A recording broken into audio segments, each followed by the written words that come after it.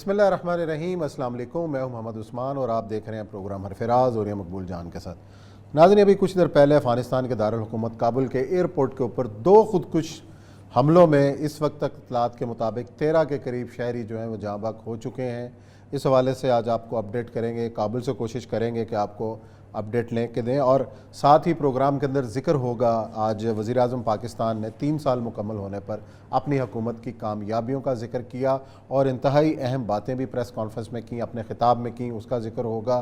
اور ساتھ ہی آج پروگرام کے اندر ذکر ہوگا کہ جماعت اسلامی پاکستان 80 سال کی ہو گئی، آج وہ 80واں یوم تاسیس منا رہے ہیں اپنا۔ اس تمام عرصے میں کیا کھویا کیا پایا، اس پر کریں گے بات، لیکن بڑھتے ہیں اپنے پہلے موضوع کی جانب۔ اور یہ صاحب، کابل کا ایئرپورٹ اگر آپ خود ہمیں خبروں میں نظر آ رہا ہے، پڑھ رہے ہیں کہ سب امریکنز جو ہیں ان کے قبضے میں ہے، تمام سیکورٹی فورسز ہیں، اور اس کے باوجود وہاں پہ یہ والا واقعہ دہشت گردی کا ہو جانا، یہ کیا ظاہر کرتا ہے؟ موٹیو بھی سمجھ نہیں آ رہی کہ یہ خودکش ہے کہ نہیں۔ خودکش ہے، 3-4 چینلز اس کو کہہ چکے ہیں کہ جس قسم کی تباہی ہے نہیں، تباہی تو وہاں پلانٹ کر بھی ہو سکتے ہیں، تباہی سے دھماکہ ہوتا ہے، بندے سے تو نہیں ہوتی، کیونکہ اس وقت اتنا کراؤڈ ہو چکا ہے۔ اس سے پہلے فائرنگ ہوئی ہے، فائرنگ بھی ہوئی ہے، اس کے بعد دھماکے 2۔ ایک تو یہ ہے کہ پوری سیکورٹی جو ہے وہ امریکنز کے پاس ہے، طالبان تو اس گیٹ سے بہت دور، وہاں سے وہاں نہیں ہے، گیٹ سے بہت دور ہے، اور انہوں نے امریکن سے خود دے لی تھی، امریکن سے ٹرسٹ نہیں کرا۔ مجھے آج تک یہ سمجھ نہیں آتی کہ جو بائیڈن نے خاص طور پہ اپنی بریفنگ میں کہا کہ ہمیں اس ایئرپورٹ پہ دھماکے کا خطرہ ہے اور داعش دھماکہ کر سکتی ہے، داعش کر سکتی ہے۔ طالبان کی گزشتہ 3 سال کی پرانی پوسٹیں نکالیں، اور ہمیشہ وہ کہتے ہیں کہ فلاں جگہ ہم جب داعش کے ساتھ برسر پیکار تھے، لڑ رہے تھے، تو اسٹیٹ ہیلی کاپٹرز آئے اور داعش کو اٹھا کے کابل لے گئے، جب داعش کو اٹھا کے وہاں لے گئے، اور وہ کہتے یہ ہیں کہ داعش جو ہے افغانستان کا فنامنا ہی نہیں ہے، کوئی پشتون، کوئی لوکل ہمارا داعش کے اندر شامل نہیں ہے، عرب ہیں جو بھاگ بھوگ کے اس کو سمجھ کے وہ آئے ہوئے ہیں، وہ یہاں پہنچے ہوئے ہیں۔